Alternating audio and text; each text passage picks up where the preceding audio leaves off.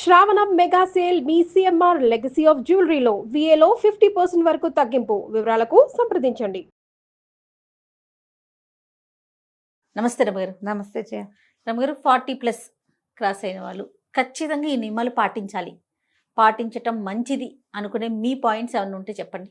తిండి తగ్గించుకోవాలి, junk food మానేయాలి, లేట్ నైట్ పార్టీసు అవి తగ్గించుకోవాలి, early to bed early to rise ఇది పెట్టుకోవాలి. ఓకే. ఆరోగ్యాన్ని కాపాడుకోవాలి, ఒంటరిగా ఉండటానికి అలవాటు పడాలి, పిల్లల నుంచి సెపరేషన్కి ప్రాక్టీస్కి వెళ్ళాలి. ఇన్ని ఉన్నాయి రమగారు. చాలా ఉన్నాయి. ఇంకా ఒకవేళ మీరు ఏదైనా కెరీర్లో ఉంటే నేను ఓల్డ్ అయ్యాను లాంటి భావాల్లోకి వెళ్ళకూడదు. ఓకే, అయితే ఓకే. ఓల్డ్ ఫీలింగ్స్లోకి వెళ్ళొద్దు. ఇవి ఓల్డ్ అవ్వటము, పెద్దవాళ్ళు అవ్వటము, 40 వచ్చేసరికి 40వ పడిలోకి వెళ్ళి వచ్చేసరికి కొంత జాగ్రత్త పాటిస్తే మీ పని చేసే క్షమత పెరుగుతుంది, మనం ఎక్కువ పని చేయగలుగుతాం. అంతేగా. ఇప్పుడు కెరీర్లు ఉద్యోగాలు వచ్చినాయి కదా జయ. కెరీర్లు, ఉద్యోగము, వ్యాపారము ఒకవేళ ఉంటే, మోడలింగ్ లాంటి దాంట్లో ఉన్న వాళ్ళు కూడా యాక్టివ్గానే ఉంటున్నారు చాలామంది. 40లో వచ్చినా కూడా మన వాళ్ళు ఇండియాలో కూడా ఈ కాపాడుకుంటే మరింత ఎక్కువ పని చేయగలుగుతాం మనం. ఇప్పుడు అవి లేవు, ఆ వ్యవహారం లేదు, ఏదో చిన్న ఉద్యోగం చేసుకుంటూ ఇంటిపటి నుండి పిల్ల మేకని చూస్తాం మనం.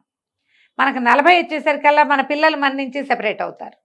నేను ఒంటరిగా ఉన్నాను అనే భావాల్లోకి వెళ్ళకూడదు, ఎంగేజ్ అవ్వాలి. మనకు ఏదైనా ఒక సొంత వ్యాపకం ఉంచుకోవాలి, సొంత డబ్బు, సొంత సంపాదన, సొంత సేవింగ్స్. నేను ఆడవాళ్ళని చెడగొడుతున్నానని భావించకండి, అలాంటి కామెంట్లు పెట్టకండి దయచేసి. దీన్ని ఇండిపెండెంట్గా ఉంటేనే ఈ కాలంలో కుదురుతుంది. వీటితో పాటు మీకు ఏదైనా సొంత వ్యాపకం క్రియేటివ్గా ఉంటే కనుక, ఏదైనా క్రియేటివిటీ ఉంటే దాన్ని ఎన్హాన్స్ చేసుకునేందుకు ఏదైనా ట్రై చేయటం, ముందు హ్యాపీగా ఉండటం, ఇది చాలా అవసరం.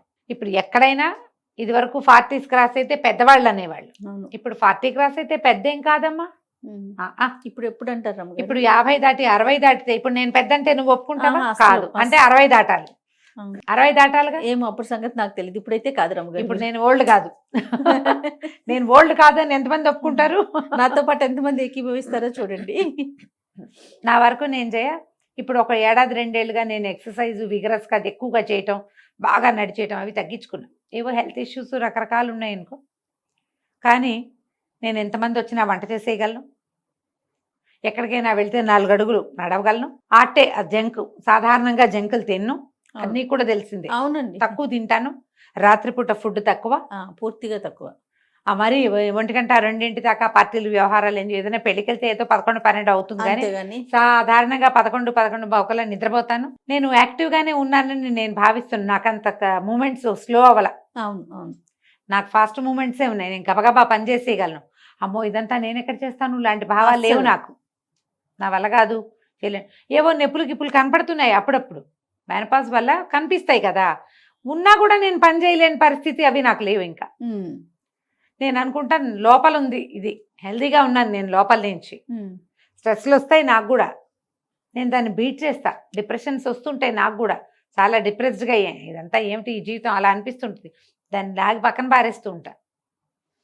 ఏవేవేవో చేస్తా, ఏవో పనులు, అవసరమైనవి అక్కర్లేనివి, ఎవరి పనులైనా మీదేసుకుని కూడా చేస్తా, ఎక్స్ట్రాలు అంటించుకుని కూడా చేస్తూ ఉంటాను. వాటి వల్ల ఏంటంటే ఎంగేజ్ అవుతాను. చాలా ప్రధానమైంది ఎంగేజ్ అవుతాను. నేను ఇంత బిజీ స్కెడ్యూల్స్లో ఉన్నా నాకు కూడా లోన్లీనెస్ వస్తుంది, నాకు పెద్ద గుంపు ఉన్నా కూడా. అవును, దాన్ని తొలగించుకోవడానికి కూడా నేను ప్రయత్నం చేస్తూనే ఉంటాను. ఇలా నిరంతర పోరాటం చేసే పద్ధతిలో ఉంటేనే మనం హాయిగా బతకగలుగుతాం. ఇది నేర్చుకోండి, నాకెవరు నేర్పలేదు. అలాగే ఇంకా లేకపోతే నేను కూరుకుపోతున్నానని తెలుస్తోంది. నువ్వు కూరుకుపోతున్నావు అని ఎవరైనా మీకు చెప్పాలా? నాకు అర్థం కాదు అసలు. అది ఎప్పుడు ఏదో బాధగా ఉంటుంది, ఏమిటో విసుగ్గా ఉంటుంది. నేను ఇందులోకి వెళ్ళిపోతున్నాను. నేను ఒక సినిక్గా మారిపోతున్నాను. అందరినీ విమర్శించటము, ఎవరి పట్ల సాటిస్ఫాక్షన్ లేకపోవటం, జీవితం పట్ల సాటిస్ఫాక్షన్ లేకపోవటం, మన పట్ల మనకి సాటిస్ఫాక్షన్ లేకపోవటం, సెల్ఫ్ ఎస్టీమ్ కోల్పోవటం, మనని మనం శభాష్ అనుకోకపోవటం, ఇవన్నీ ట్రబుల్స్ 40 తర్వాత వస్తాయి. ఆ 40 దాకా మనం బిజీగా ఉంటాం ఎంతో కొంత. ఇక్కడి నుంచి మన లోన్లీనెస్, మనకి జనాలతో సెపరేషను, ఆ శరీరం కొంత సహకరించకపోవటము, కాస్త బ్యూటీ వ్యవహారాలు కొద్దిగా మేకప్ పెరిగి బ్యూటీ తగ్గడము ఇవన్నీ వస్తాయి. ఇవి వచ్చినప్పుడు మనం ఏం చేస్తామంటే మన మీద మనకి సాటిస్ఫాక్షన్ పోతుంది. అది పెంచుకోండి. ఓకే, ఎలా ఉన్నా సరే మనని మనం యాక్సెప్ట్ చేయకపోతే, మననే మనం యాక్సెప్ట్ చేయకపోతే ఎవడు చేస్తాడు మనని? వాళ్ళు ఎవరో ఎందుకు చేయాలి? ముందు మనం చేయాలిగా. కరెక్ట్. మనని మనం శభాష్ అనుకోవాలి. వెరీ గుడ్, నేను బాగా చేశాను అనిపించాలంటే నువ్వు బాగా చెయ్యాలి ముందు. అది ఏమైనా చెయ్యాలి. ఇది చేయకపోతే కష్టమేనమ్మా. చేయకపోతే మనం బయటపడలేము వీటిలోంచి. ఎందుకంటే మనకి సమాజాలు చిన్నవి జయ. అవునండి, నేను ఎప్పుడు ఈ మాట చెప్తూ ఉంటే జయ లోపల ఎలా ఉంటుందంటే ఏదో నొప్పిగా ఉన్న ప్రాంతాల్లో మళ్ళీ కొడుతున్నట్టు ఉంటుంది. ఇక్కడ మోచేతి మీద దెబ్బ ఉంది, అక్కడ మళ్ళీ దెబ్బ తగిలితే ఎలా ఉంటుంది? అలా అనిపిస్తుంది నాకు ఈ మాట చెప్పడానికి. మనకి మన అమ్మా నాన్నలకి మనం ఒకళ్ళే ఇద్దరే పిల్లలుగా మనం కూడా ఉన్నాం. కొంతమంది నా ఏజ్ ఉన్న వాళ్ళు ఉన్నారుగా. మీకు కజిన్స్ తక్కువ, అందరికీ ఒక్కొక్కళ్ళు ఇద్దరిద్దరు. మధ్యలో ఈ కరోనా దౌర్భాగ్యం వచ్చి కొన్ని పోయినాయి టికెట్లు, జనం తక్కువ.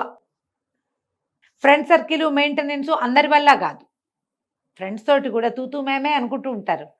ఒకళ్ళనొకళ్ళు యాక్సెప్టెన్సీ పోయింది. ఎప్పుడైతే మనం పాండమిక్ చూసామో జయ, ఇతరులని భరించటం అనేదే పోయింది మన దగ్గర. ఇప్పుడు అలవాటు పడిపోయిందంట. ఇప్పుడు లోన్లీనెస్సే కాదు, అవతల వాళ్ళలో తప్పులు ఎంచడం మనం ఎక్కువగా చేస్తున్నాం. ఎంతసేపు తప్పులు ఎంచుతాం. అవును. అప్పుడు ఎవరుంటారు మనకి మనమైనా ఉండాలిగా. అంతేగా కదా. మనుషులు ఉంచుకోండి. 40 దాటాక ఫ్రెండ్షిప్ చేయండి. ఇది ఒకటి నేర్చుకోండి. మీకంటే చిన్నపిల్లల్ని చూసుకోండి, వాళ్ళు యాక్టివ్గా ఉంటారు. మనం వాళ్ళతో పాటు లాగేస్తాం. నాకు అలాగే ఉన్నాయి టికెట్లు, చిన్నవి చిన్న ఫ్రెండ్స్. వాళ్ళతో మాట్లాడుతూ ఉంటే మనం ఇంకొంచెం యంగ్గా అవుతాం. అవును అవును. మన ఏజ్ ఫ్రెండ్స్ మనకి ఎలాగ ఉంటారు? మన క్లాస్మేట్లు, కజిన్స్, క్లోజ్ కజిన్స్ ఉంటారు. వీళ్ళతో పాటు చుట్టుపక్కల ఇళ్లలోనో ఏ ఫేస్బుక్ ఫ్రెండ్సో యంగ్స్టర్స్ అనగానే ఎక్కడికో వెళ్ళిపోద్దమ్మా. కొంచెం మోతాదుగా ఉండి ఉంచుకోండి ఫ్రెండ్స్. ఎవరితోటైనా కబుర్లు చెప్తూ ఉంటే అప్పుడు అన్నీ బాగుంటాయి.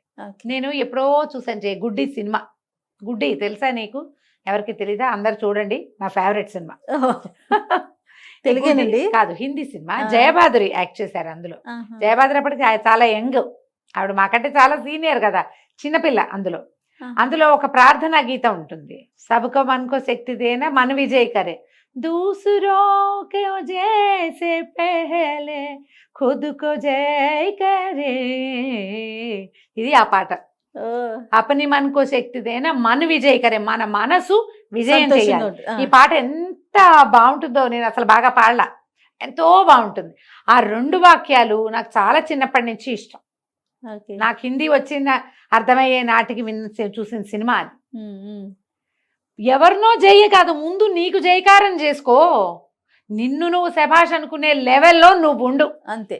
నువ్వు ఏడ్చినట్టుండి ఏదో ఒకటి చేసేసి శభాష్ అనుకోవద్దు. బాగా చేసి, బాగా ఉండి, మనిషిగా ఉండి, సరైన వ్యక్తిగా, మంచి తల్లిగా, మంచి సోదరిగా, మంచి భార్యగా, మంచి యజమానిగా, మంచి ఉద్యోగిగా ఉండడానికి ట్రై చేయి. నిన్ను నువ్వు గొప్ప చేసుకో, నిన్ను నువ్వు శభాష్ అనుకో, నిన్ను నువ్వు సంతోష పెట్టుకో. దీనికోసం ఇతరులను బాధ పెట్టకూడదు. అది డెవలప్ అయింది ఇప్పుడు. నువ్వు హ్యాపీ అవ్వాలంటే వాళ్ళు ఏదైనా అని నువ్వు హ్యాపీ కాదు, నువ్వు అచీవ్ చేసి హ్యాపీ ఫీల్ అవ్వు. గుడ్డి సినిమా వెతకండి అందరూ, ఈ పాట కోసం వెతకండి. అబ్బో భలేగా ఉంటుంది పాట, చాలా బాగుంటుంది. అసలు ఆ 2 వాక్యాలు చాలు, ఇంకేం వద్దు. మన పట్ల మనకి డిస్సాటిస్ఫాక్షన్ ఉంటే దాన్ని పోగొట్టుకోండి. స్ట్రెస్ రిలీవ్ అవ్వడానికి ఏదైనా చేయండి, ఎనీథింగ్. మిమ్మల్ని గోతుల్లో పడేసే వాటిలోకి వెళ్ళొద్దు.